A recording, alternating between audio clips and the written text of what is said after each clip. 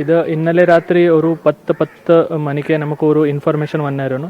ഇവിടെ ഒരു ലേഡിയുടെ ദേഹത്ത് തീ പിടിച്ചിട്ടുണ്ട്. സോ അങ്ങനെ നമ്മുടെ പോലീസ് ടീം ആ സമയത്ത് തന്നെ ഇവിടെ എത്തി. ഇവിടെ വന്നപ്പോൾ ഇന്നലെ രാത്രി ഐഡൻറ്റിഫൈ ചെയ്യാൻ പറ്റിയിട്ടില്ല. ഇപ്പോൾ രാവിലെ ഐഡൻറ്റിഫൈ ചെയ്തപ്പോൾ ഇത് ഈ ഷീജ പറഞ്ഞ ലേഡിയാണ്. ഏകദേശം ഒരു 50 വയസ്സുണ്ട്. ഒരു രാമ ടെക്സ്റ്റൈൽസ് ഉള്ളൂർ അവിടെ ജോലി ചെയ്യുന്നുണ്ട്.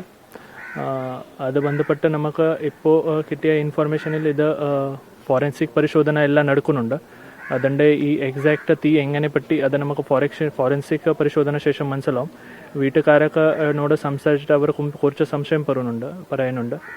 ഇവിടുത്തെ ഒരാളിനോട് ഒരു പ്രേമമുണ്ടായിരുന്നു, പ്രണയത്തിലായിരുന്നു. അത് ബന്ധപ്പെട്ട ഇൻഫർമേഷൻ ഉണ്ട്. അത് നമ്മുടെ പോലീസ് ഇപ്പോൾ എല്ലാം വെരിഫൈ ചെയ്യുന്നുണ്ട്.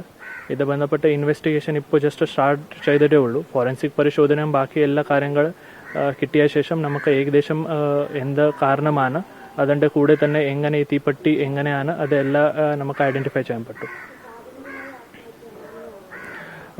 കണ്ടപ്പോൾ ബേസിക് ഫോറൻസിക് എക്സ്പെർട്ടിൻ്റെ ഒപ്പീനിയനും പിന്നെ പോലീസ് കണ്ടപ്പോൾ അത് പ്രാഥമിക ആത്മഹത്യയാണ് തന്നെ അങ്ങനെ മനസ്സിലാവുന്നുണ്ട്.